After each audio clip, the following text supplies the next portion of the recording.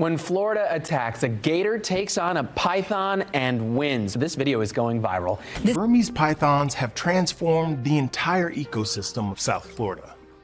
After arriving here as seemingly innocent pets, these snakes have overrun their new environment in just a few decades. This Florida woman may only be 4'11", 60 pythons she caught during the 2025 Python Challenge. Florida was drowning in giant pythons, wiping out raccoons, deer, even alligators.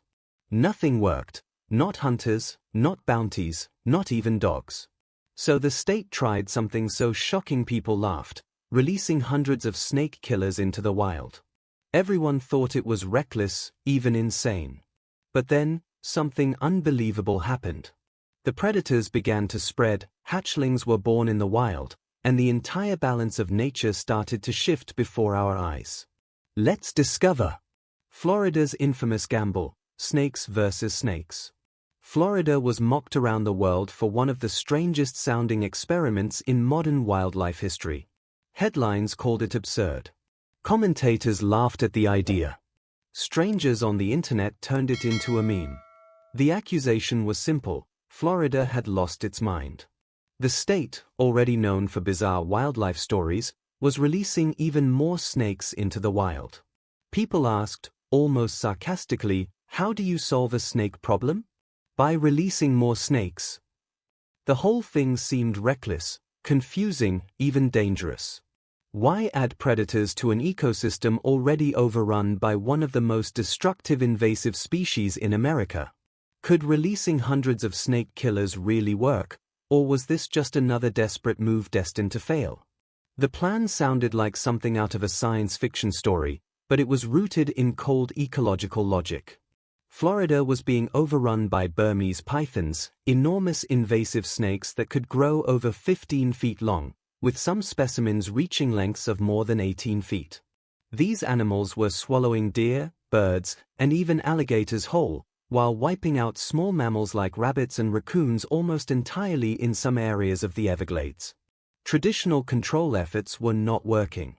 Hunting programs had some effect, but for every python caught, dozens more went undetected in the swamps. Dogs trained to sniff them out, professional bounty hunters, even radio-tagged scout snakes used to track down breeding females. None of these strategies slowed the invasion enough. Florida's ecosystem was losing the battle.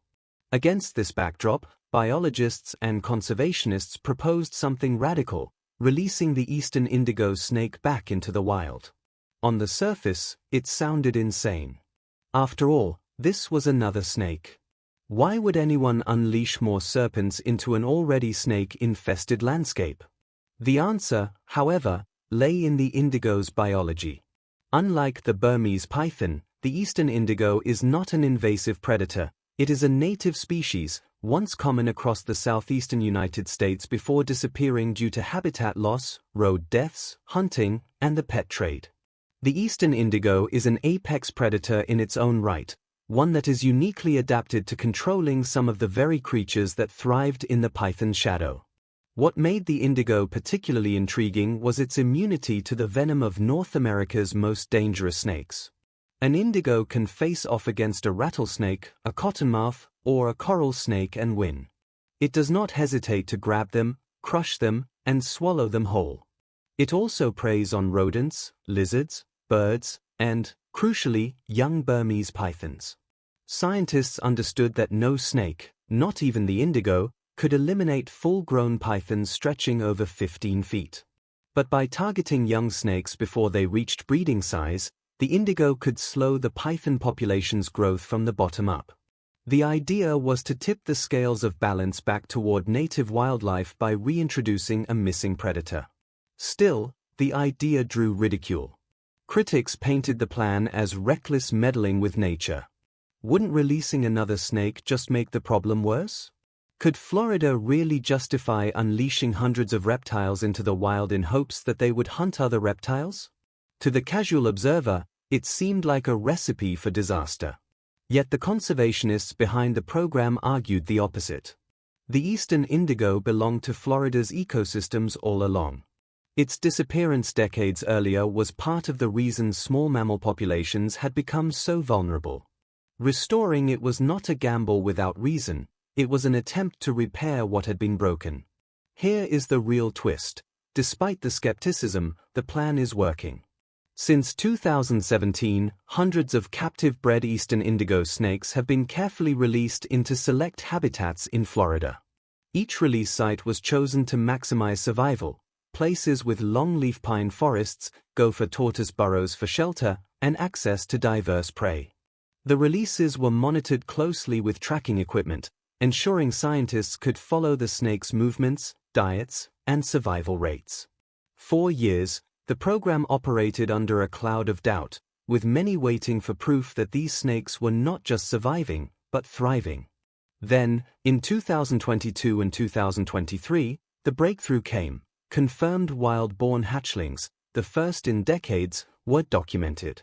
This was the evidence scientists had been waiting for, proof that the indigo snakes were successfully reproducing on their own.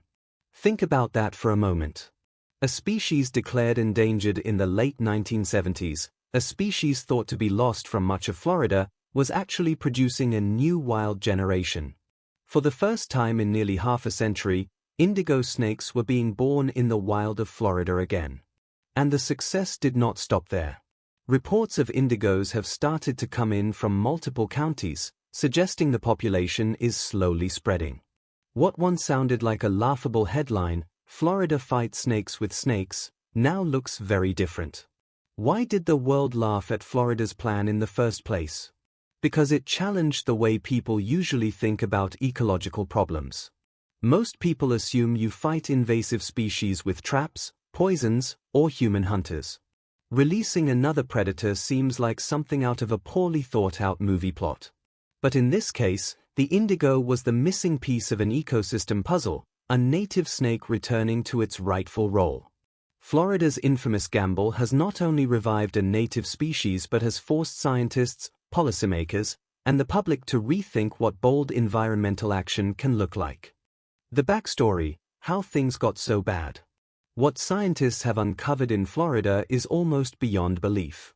Recent surveys have revealed that in some areas of the Everglades, raccoon populations have been reduced by 99%, rabbits and opossums have practically vanished, and even young deer are being swallowed before they ever reach maturity.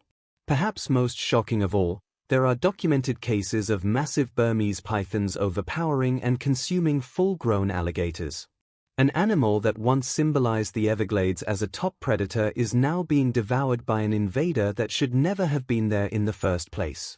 How did the situation get this catastrophic, and why is it considered one of the most devastating ecological collapses in the United States? The answer lies in decades of human decisions, accidents, and failed control efforts that opened the door to an ecological nightmare. The Burmese python is not native to Florida. Its story begins with the exotic pet trade, which took off in the United States during the 1970s and 80s. These snakes were imported as hatchlings, sold cheaply, and often purchased by people who had no idea how large they would grow.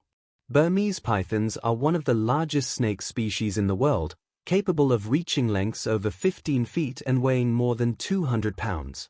As the snakes grew, many pet owners were unable or unwilling to care for them, leading to deliberate releases into the wild. 4 years, the numbers were small, and it was assumed that tropical snakes would not survive Florida's winters. But then came the pivotal event, Hurricane Andrew in 1992.